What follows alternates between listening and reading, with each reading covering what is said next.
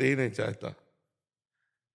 चाह ले तो हो जाए, लेकिन वो भक्त नहीं चाहता। और जो चाह करे तो भक्त कैसा? जाहि न चाही कबहू कछु, तुम सन सहज सने, बसहु निरंतर तासुर, सो राउर निज गे। जीवन भर चाह मिटाने की ही तो बात की गई है। साधुता का मतलब क्या है? हमें कोई चाह ना रह जाए, हमें कोई आवश्यकता ना रह जाए, ना हमें जीने की चाह, न मरने की चाह, न हमें शरीर स्वस्थता से मतलब, ना अस्वस्थता से। तुम सन सहज सने, आपसे केवल प्यार हो। अगर ये चाह हो जाए कि हमारे रोग निवृत्त हो जाए, दुख निवृत्त हो जाए, तो फिर ये तो हो सकता है, लेकिन भगवत प्राप्ति नहीं हो सकती।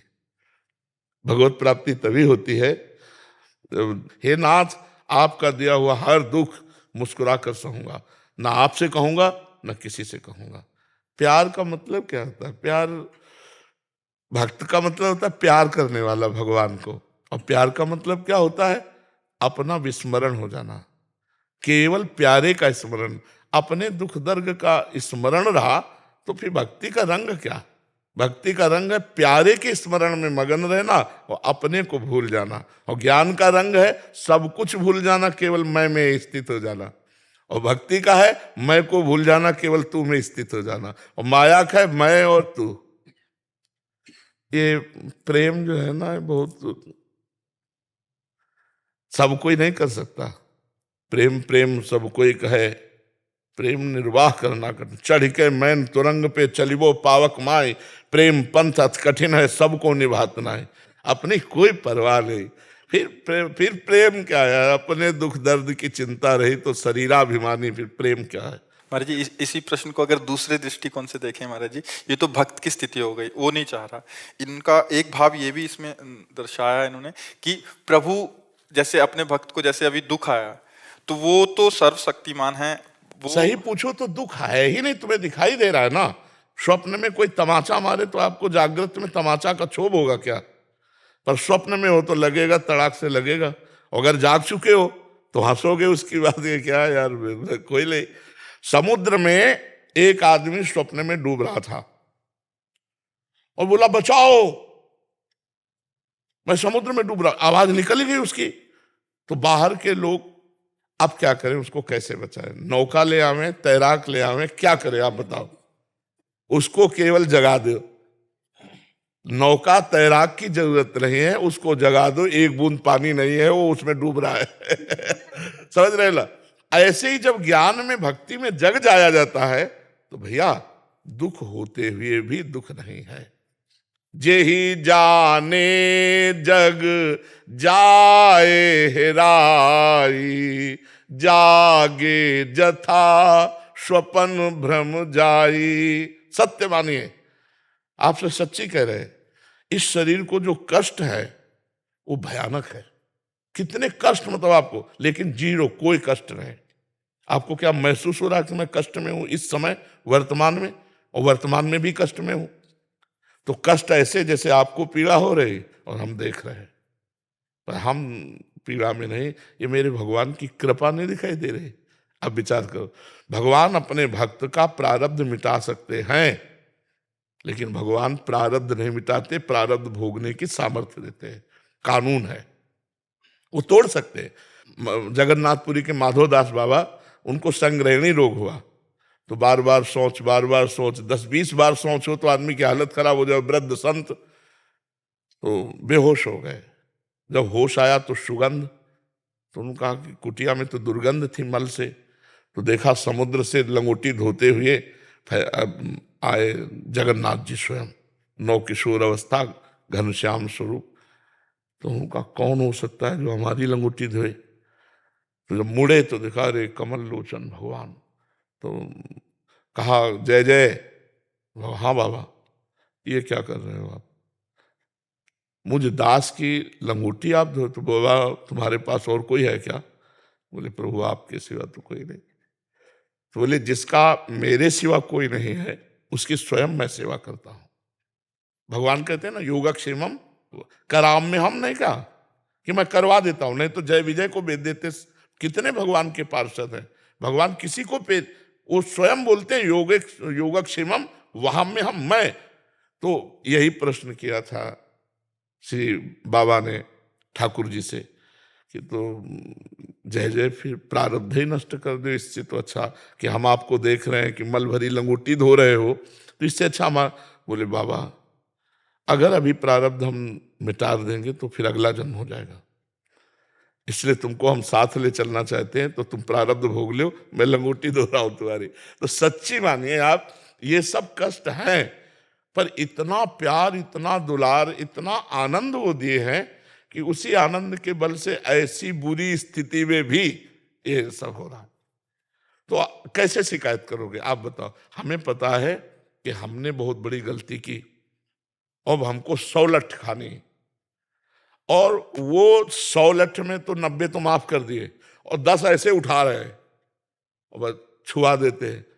लोग समझ रहे कितनी जोर का पीटा जा रहा है और वो लठ ऐसे आती है। नहीं, अब आपसे कोई पूछे कि ये आपका स्वामी कितना निर्दयी लठ से मार रहा है, तो आपको क्या लगेगा? आपको लगेगा तुम कृपा नहीं जानते यार। नहीं, 100 लठ लगनी थी और ये जो 10 लग रही ना, ये केवल ड्रामा है, लठ लगाने का ड्रामा है, लठ नहीं लग रही। ऐसे ही पूरा जीवन हो रहा है, आप सच्ची समझ लो।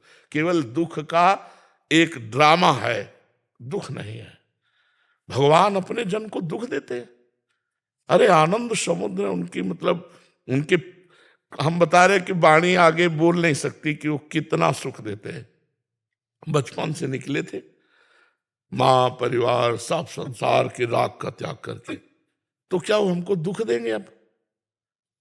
अब हमको कर्म बंधन सताएगा, हमको प्रारब्ध सताएगा? नहीं नहीं नहीं। भगवान कहते हैं ऐसा कैसे? भगवान के वचन है ना। भगवान एक बार जो मेरी शरण में आ गया, मैं उसके सारे दुखों को नष्ट कर देता हूं। सन्मुख हो जीव मोहि जमहि, जन्म कोटि अघनाश होता है। अब क्या रहेगा? अब केवल ड्रामा हो रहा है, ड्रामा। अनंत जन्मों के हिसाब किताब का फटाफट ड्रामा हो रहा है। ये भुगाए, ये भुगाए, और गोद में बैठाल के अपार सुख भगवान देते हैं। बच्चा, अपार सुख वो हम तुम्हें बता नहीं सकते, क्योंकि वो अनुभव गम में भजन जी संता, वो वाणी से नहीं, दूर से देखने में आता है कि जब ये भजन करते हैं भगवान के मार्ग में, तब इनको इतना दुख है। फिर हम लोग तो संसारी नहीं। आप ऐसा न सोचिए, डिब्बा में एक भी पावर नहीं है। पावर इंजन में है, लेकिन सैकड़ों को डिब्बा ले जाता है। इंजन 2 ही 4 होते हैं इंजन में, समझ रहे नहीं? ये डिब्बा है, इंजन आगे चल रहा है, उसमें कनेक्शन है। हजारों बैठ जाओ तो वहीं पहुंच जाओगे जहां पहुंचना है। ये केवल नाटक है किडनी का, केवल नाटक नहीं। अगर तुम्हें किडनी पेशेंट देखना हो तो देखो ना, संसार में है तो किडनी पेशेंट, और जिसका रोज डायलिसिस होता हो, और फिर उसके पास इतनी बड़ी दिनचर्या हो जो स्वस्थ आदमी नहीं कर सकता। तुम्हें 9 बजे सुलाया जाए और 11-12 बजे जगा दिया जाए, तो अगर सत्संग में बैठोगे ना तो ऐसे हो जाओगे। सुनने में, बोलने में तो दिमाग का ही काम नहीं करेगा। अगर पीड़ा है तो दिमाग काम करेगा? बिल्कुल पीड़ा नहीं, और कोई अंग नहीं बकाया जो पीड़ा युक्त ना हो, कोई अंग नहीं। पर हृदय में आपको सच्ची कहते हैं, ऐसे आनंद प्रभु देते हैं कि ऐसा लगता है कि 10-20 किडनी होती है और सब फेल हो जाती है तो कोई फर्क नहीं पड़ता। महाराज जी, पहली क्या कब समझ आएगी? आपने अभी एक वक्तव्य कहा कि भयंकर कष्ट है और हमें बिल्कुल कष्ट नहीं है। तो महाराज जी, मतलब समझ, बातों से तो समझ आ रही है, बट वो अनुभव में कब कैसे उतरती है? जब भजन करोगे। बिना भजन के बारी मथे घृत हुए बरु, सिकता ते बरु तेल, बिनु हरि भजन न भवतरी, या सिद्धांत पेल। अरे वो मतलब जैसे हम ऐसे ऐसे करते हैं तो समझ लो हमारे पास शब्द नहीं कि हम बता सके आपको कि भगवान कितना प्यार करते हैं। मतलब ये कुछ नहीं, ये सब ड्रामा है। शरीर के रोग, ये सब नाटक है माया का। उनका जो प्यार है, हम अविनाशी उनके अंश हैं, और वो हमारे अविनाशी अंशी हैं। उनका जो प्यार है वो कैसे तुम्हें बताएं? जैसे हम तुम्हें देख रहे हैं ऐसे वो मिलते हैं, वो ऐसे थोड़ी मिलते हैं। हम ध्यान में, ये वृंदावन धाम है, ये कोई ऐसी बात नहीं कि और ये गुप्त रखनी चाहिए। हम तुम्हें बता रहे हैं, गुप्त क्या? जीवन तुम्हारे लिए है, अब क्या गुप्त? तुम्हें ही तो हो। इन्हीं नयनन सब सुख देख है, अपनो जन्म सुफल कर लिख है। 3 नेत्र होते हैं, एक है प्राकृतिक नेत्र जो माया रचित दृश्य देख सकते हैं। और इनके अंदर जो है एक है मानस नेत्र, जिसे हृदय नेत्र कहते हैं, उनसे प्रेमी जन देखते हैं इन्हीं नेत्रों में आके। और एक होते हैं बुद्धि चक्षु ज्ञानी, वो जो ब्रह्म तत्व का दर्शन करते हैं।